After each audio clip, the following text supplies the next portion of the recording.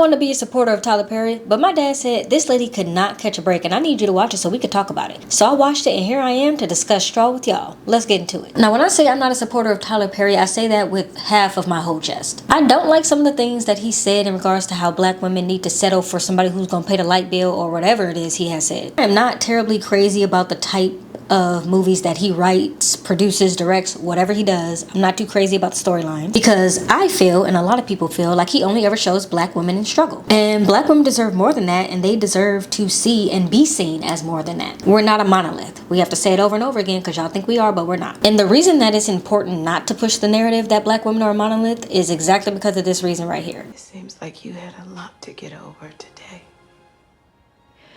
Black women always have something to get over. We already have so much against us, and I'm not here for a pity party because I don't believe in that either. I think that a lot of people have a lot of odds stacked up against them, so I'm not saying woe is me, but I'm also not delulu like some people. So it's not good because it confirms that bias. Other black women, yes. To the black community, yes, but also to outside communities. And they say, well, if they're making these movies and this is how they always show their people, then maybe this is how their people are. It's not good. And honestly, it can feel really shitty, and it feels even shittier when it's coming from someone who's a black man, especially when black women go out of their way to show up for black men consistently and very loud and very publicly. That's a whole other conversation. Don't let my granny see this, because if she hear me say that I don't like Tyler Perry, she'll knock me in the next week. And I don't have the full story on this, but I also don't like that Taraji P. Henson was up on somebody's stage crying about how she don't get paid enough in movies. Meanwhile, I see her in a lot of his movies. Like, she is the star of a lot of his movies. So if she's not getting paid enough, I think it's right for me to assume that the person who's not paying her enough is him. I'm not even gonna lie. Sometimes his trailers do be looking good, and I'm a hypocrite. Okay, I said it. I watch sometimes. And Taraji P. Henson played the absolute fuck out of this role. Hey y'all, it's Nate. Welcome back to my little corner of YouTube. This video will contain spoilers for Tyler Perry's Straw. So if you haven't seen it yet and you do not want spoilers, save this video and come back after you do. Today's video is sponsored by me. If you love TV show and movie commentary, then you are in the right place. And if you are a fellow foodie, make sure you check out my comfort movie and a meal series, where every last Sunday of the month I watch a comfort movie of your choosing and I make a comfort meal to go with it. The vibes are vibing, so make sure you come through for the next one. If you missed any of the past ones, you can watch them. I've linked them in the description box. You are about to hear my thoughts on Straw, but of course I want to hear yours, so feel free to drop your thoughts below if you do want to participate in the conversation, and give this video a like before you go so I know you enjoyed it. Now I can fully admit that I might be triggered when talking about the subject of Tyler Perry always showing black women in struggle. I can admit that. And even this movie is a little triggering because unfortunately this movie hit home for me. I was raised by a single mother and we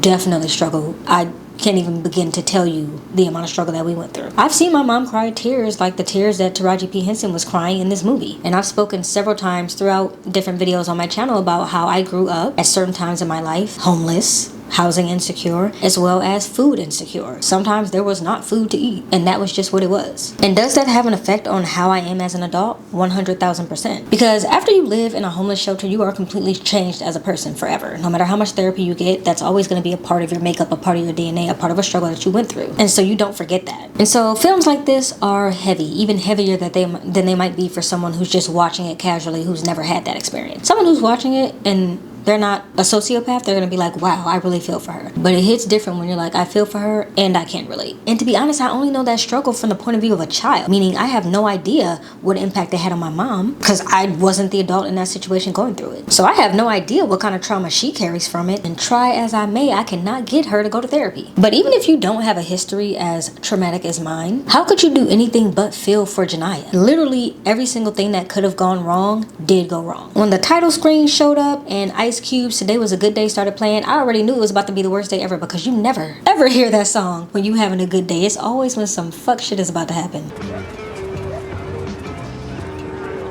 Today was a good day? No, Ice Cube, it wasn't. It was terrible. Sometimes you just have those days where it's like, if one more single microscopic thing, even the smallest inconvenience, if my jean belt loop gets stuck on the doorknob, I am going to physically scream into a pillow. I had one of those days the other day. It was like I could not catch a break. I was like, at this point, the only thing that's gonna solve this terrible day is sleeping. And truly, Lemony Snicket ain't got nothing on this, because this is the true series of unfortunate events. She wakes up late, she gets to work late, she has to leave work early to go to her daughter's school because they calling her. She encounters the worst cop ever, who publicly tells her that the next time he sees her, it's gonna be the last time that she sees anything. And on top of it all, her car gets impounded. I've never had my car get impounded, but I can only imagine that is just a shit cherry on top of a shit sundae. Because what can you do without your car? Especially, I don't know which city this took place in, but I know in LA, you're not really doing too much without a car. When she was walking back into work covered in rain because she had to walk back to work, then I was like, damn, girl. Like, I hope your day get better, because it is not looking up right now. Like, that was the moment where I locked in with the character and I was like, oh, this is truly a terrible day. In fact, her day was so bad that when I started thinking about this movie and reflecting on what I had just seen, I didn't even think about the fact that she had committed a murder. Her shooting her boss felt like a mild inconvenience. Like, oh, sucks that happened. Meanwhile, her life is falling apart around her. So I think it's pretty clear that straw means, in this sense, the straw that broke the camel's back, or this was my last straw. And I can't believe that I'm about to talk about cinematography in a damn Tyler Perry movie. I do love how they depicted every single time a straw was added to the camel's back. And they did that by doing kind of a gunshot just went off in your ear, or a bomb just went off and you have that like ringing in your ear. Find a legal way to fucking blow your brains out. You hear me? You did it. Yeah, you.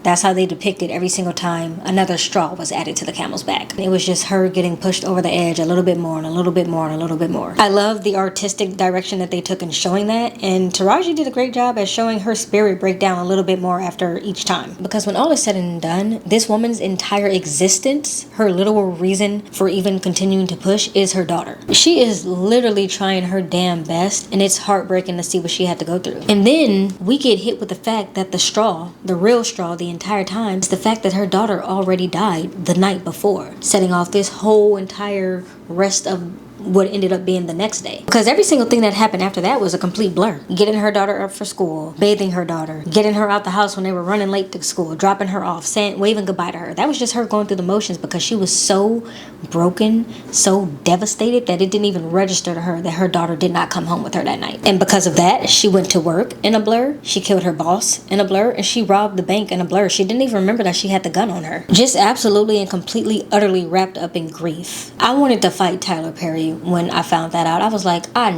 texted my dad. I was like, Tyler Perry did not have to kill this woman's daughter. That did not need to be part of the story. That we didn't need. I'm still heartbroken when I think about it. Like, the amount of times that I cried during this movie is uncalled for. And then you think about it, but you're like, that's life, right? Like, sometimes that is just life. Sometimes in life, absolutely gut-wrenching things happen, and that's just part of the journey, unfortunately. But yeah, that broke me. I was so sad. Especially because any reasonable person is going through this entire movie rooting for her. I hope it works out, girl. Just get your check. Just do this. Just do that. Just get through this. You're gonna go to jail for robbing this bank, but you'll get through that. You'll get back out. You'll get your daughter. And then to find out that all of that entire day was almost for nothing, because at the end of the day, she's never gonna see her daughter again, ever. I do wish that we would have gotten a flashback of when the bank manager found out that her daughter died, because when Anaya comes out and says, my daughter died, she died last night, she's like, I know, they told me earlier. Judging by the way that she was behaving, I'm gonna say that they told her during that very first phone call, because you could see her start to be a little bit more compassionate about that. She gives her jacket. She's telling her, hey, I'll take care of your daughter when you go to jail. I'll be there for her, and I'll tell her that you're amazing. And so she had went from being a scared hostage